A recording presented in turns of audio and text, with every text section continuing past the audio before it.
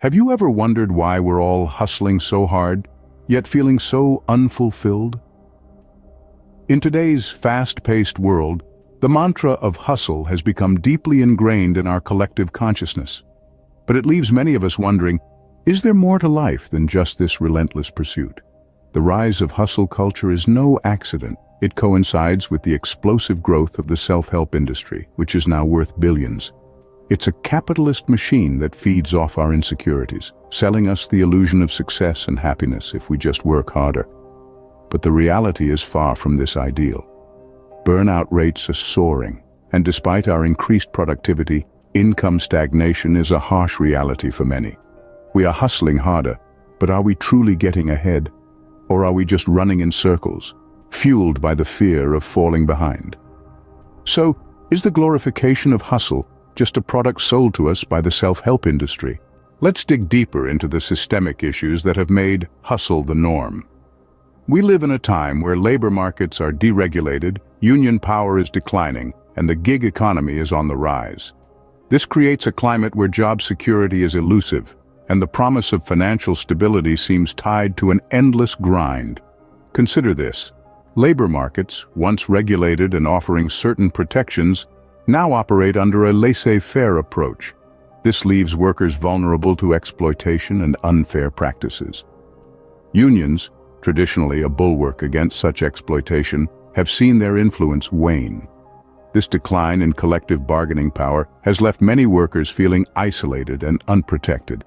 Add to this the rise of the gig economy. It promises freedom and flexibility, but often delivers instability and uncertainty.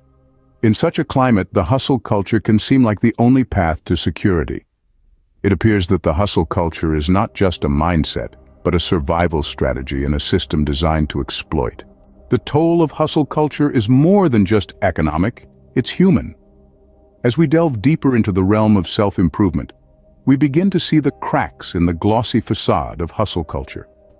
Take, for instance, the stories of former hustle influencers, once the champions of this relentless grind, now stepping away from the limelight.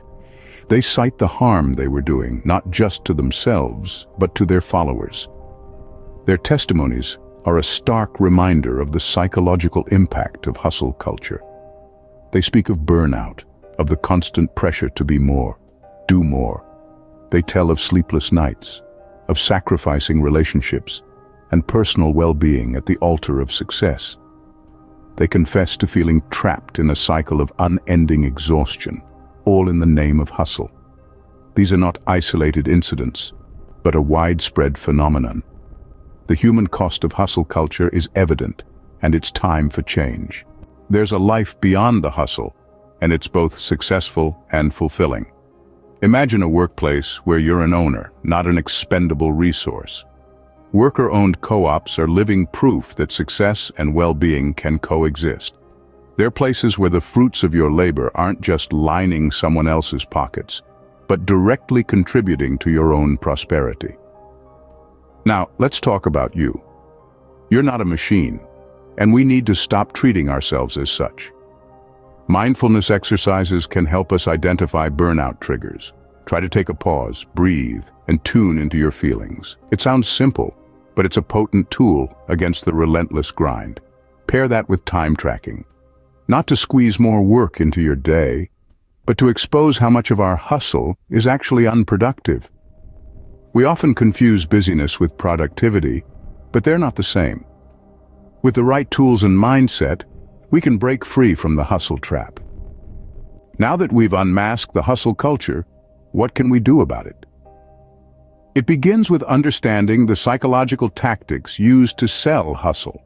The urgency, the fear of missing out, the promise of exclusive success if you just work harder. These are all manipulative tactics designed to keep you on the hamster wheel of burnout. But here's the good news. You can resist. You can say no to the hustle. You can advocate for labor reforms, fight for living wage, and demand overtime protections. Consider starting a deprogramming book club. Together, dissect the toxic tropes of hustle culture. Foster critical thinking skills and create a supportive community that challenges the hustle narrative. Let's shift our focus from hustle to well-being. It's not about working less, but about working smarter. It's about intentional, fulfilling effort, not mindless grinding. Remember, you're more than your hustle. Let's reclaim our time, our health, and our lives from the hustle trap.